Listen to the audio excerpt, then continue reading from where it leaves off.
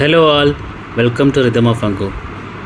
ഇന്ന് നമ്മൾ Muscat night Amerat പാർക്കിൽ നടന്ന മസ്കറ്റ് നൈറ്റിൻ്റെ കുറച്ച് ഭാഗങ്ങളാണ് കാണിക്കുന്നത്. നമ്മൾ നേരത്തെ അവിടെ നടന്ന ഫയർ വർക്സിൻ്റെ എല്ലാം നേരത്തെ പോസ്റ്റ് ചെയ്തിരുന്നു. നിങ്ങളെല്ലാവരും ഇതൊന്ന് കണ്ട് നിങ്ങളുടെ വിലയേറിയ അഭിപ്രായങ്ങൾ പറയാനായി. നമ്മളിപ്പോൾ മസ്കറ്റ് എൻട്രൻസിൻ്റെ അതിലൂടെ കിടക്കുകയാണ്.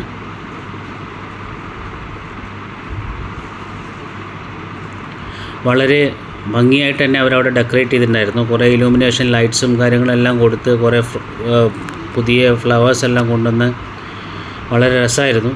നമ്മൾ എൻട്രൻസ് കിടക്കുമ്പോൾ തന്നെ നിങ്ങൾക്ക് ഈ വീഡിയോയിൽ കാണാൻ പറ്റുന്നതായിരിക്കും.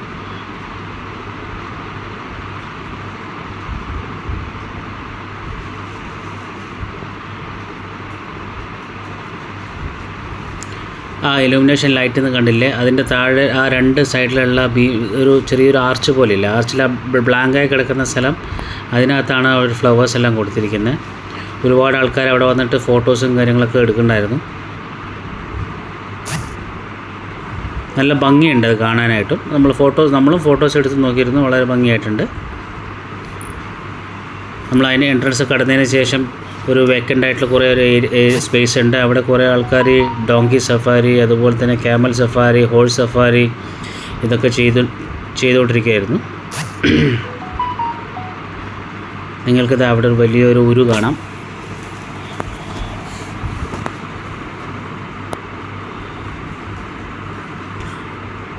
ഇവിടെയുള്ള കുറേ ഒമാനീസ് ഫാമിലീസ് കാര്യങ്ങളെല്ലാം വന്ന് അവരെല്ലാം വന്ന് ഈ ഒരു ഫംഗ്ഷൻ കാണാനായിട്ട് വന്നിട്ടുണ്ട്. അതാണ് അത്രയും ക്രൗഡ് കാണുന്നത്.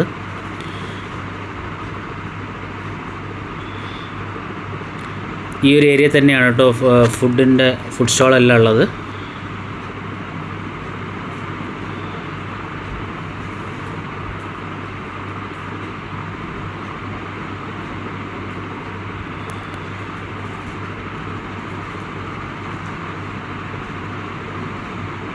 ഒമാൻ്റെ ഹെറിറ്റേജിനെ കാണിക്കുന്ന രീതിയിലുള്ള കുറേ ഡ്രോയിങ്സും കുറേ പിക്ചേഴ്സുമാണ് നമുക്ക് കാണാൻ കഴിയുന്നത്.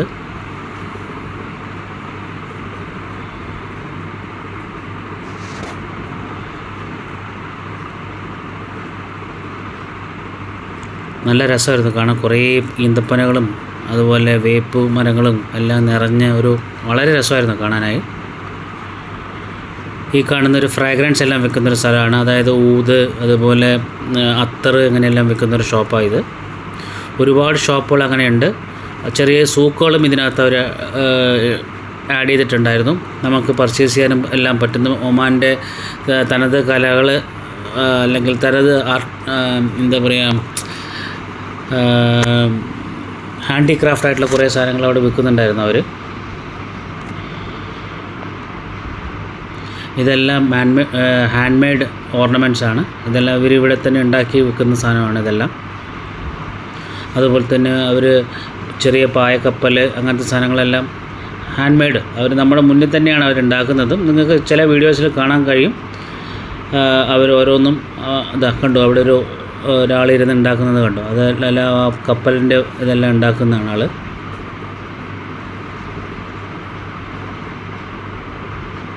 നമുക്കാർക്ക് വേണമെങ്കിലും അവിടെ നിന്ന് പർച്ചേസ് ചെയ്യാനും പറ്റും.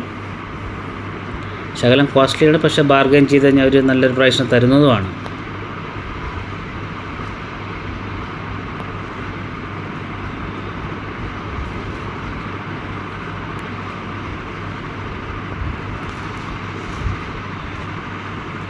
ഇതെല്ലാം ആ ഒരു സ്റ്റോളിൽ അയാൾ ഉണ്ടാക്കിയിട്ടുള്ള ബോട്ടും കാര്യങ്ങളാണ്.